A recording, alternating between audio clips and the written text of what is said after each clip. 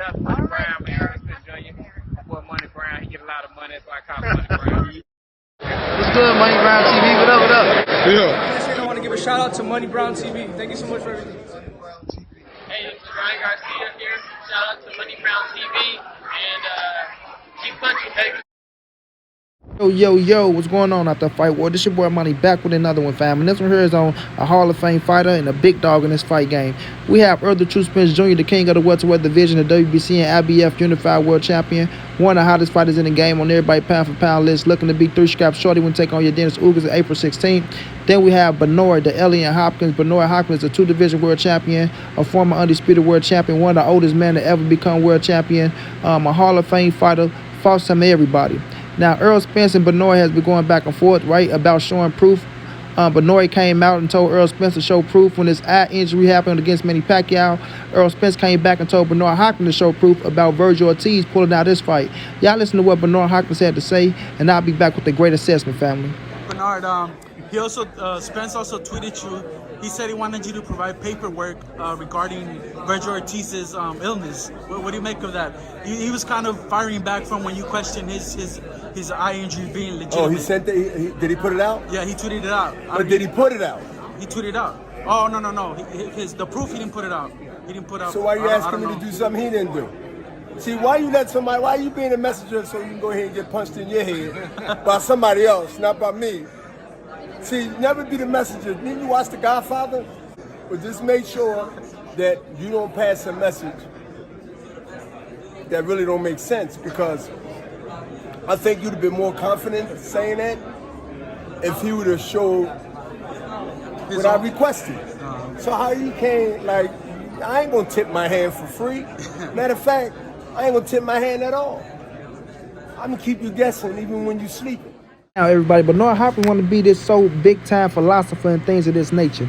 But no, Benoit, you see, the universe paying your ass back, right? Because you asked Errol Spence to do something that you're willing not to do, right? That's how that go. You don't say, oh, well, Errol Spence haven't done nothing that he wasn't willing to do himself, so why would you ask me to do it?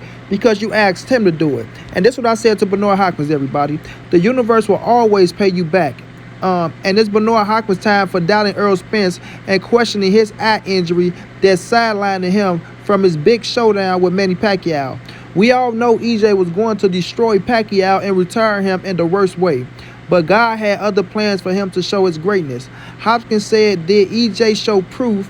And the answer is yes, of course he did. How many doctors have to say it, and when have we known EJ to lie about anything? Especially when he worked his ass off to be victorious.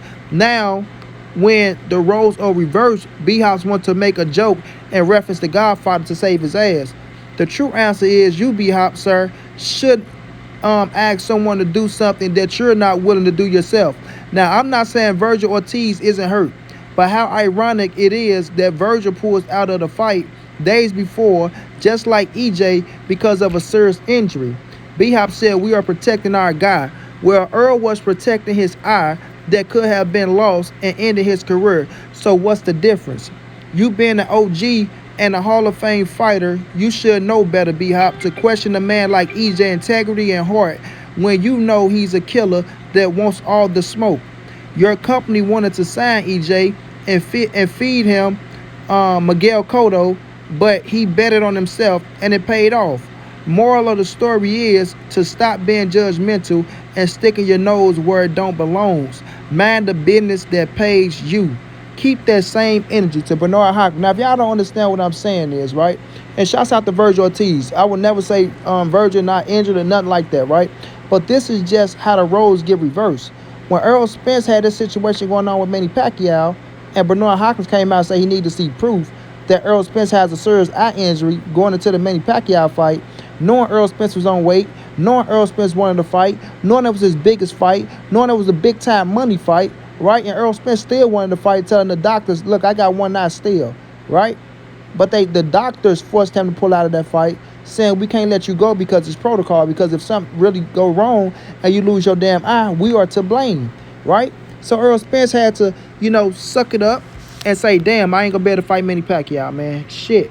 Now with Virgil Ortiz pulling out this fight, which we all know Virgil was gonna beat the shit out of this guy, for the situation he had because of the torn muscle. And, the vitamins can leak into his bloodstream and end up destroying the kidneys and things of that nature, right? And Errol asked Bernard Hopkins to put out the paperwork. Bernard is saying, well, why would he ask me to do something that he wasn't willing to do? No, why would you ask him to do something that you're not willing to do? You feel me? So if you wanted Errol Spence to show paperwork, like, okay, well, you should have set an example and say, well, guess what, Errol? This is what we do right here. Once we have serious injuries, we can show the paperwork. And this is all I was asking Errol Spence to do because we do it. And that would have shut down everything.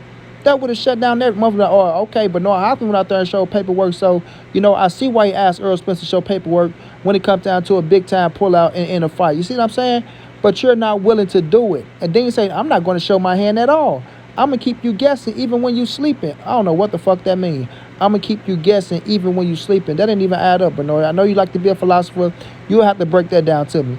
But at the end of the day, bro, you shouldn't be out here criticizing these fighters, especially the young fighters that's coming up, bro.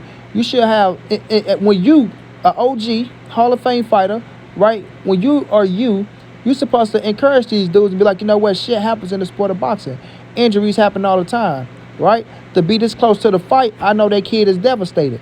I know he's pissed off. You put in all that hard work and you're a week away from the fight, especially a Errol Spence versus Manny Pacquiao fight.